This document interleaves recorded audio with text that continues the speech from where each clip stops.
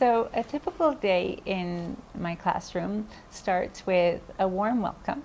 Students need to feel that the classroom is a safe space for them, psychologically and physically. We start also with what we are going to learn. So I start with the KUD model, or the backwards design, keeping the needs of the students in mind. I tell them exactly what they need to know within that 3-hour or 6-hour day, what they are going to understand, and what they're going to do. So that the do in the KUD is to demonstrate evidence of learning. And that is what is essential for students, to demonstrate evidence of learning.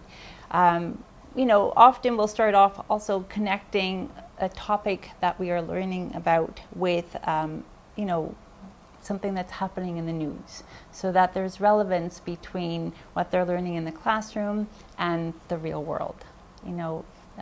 Creating authenticity in their learning and stimulating their motivation. Once the students know what they are going to be, what the topics are, a pre-assessment of what prior knowledge they may have, and then a good hook or entry point needs to be given. The student needs to have something interesting for them to capture their attention, and in order for them to be motivated to learn. And that connects to the neurological foundations of the UDL model, the affective domain, where, as an adult learner, they need to understand the relevance of what they're learning, that they will have a future use for it, and they form an emotional connection to the content that's being taught. And then, depending on what the situation is, if we're in the classroom or in the lab, different learning activities will be offered, choices will be given.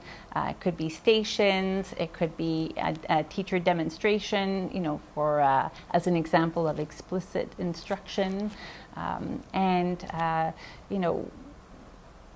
a variety of learning activities will be implemented throughout the day.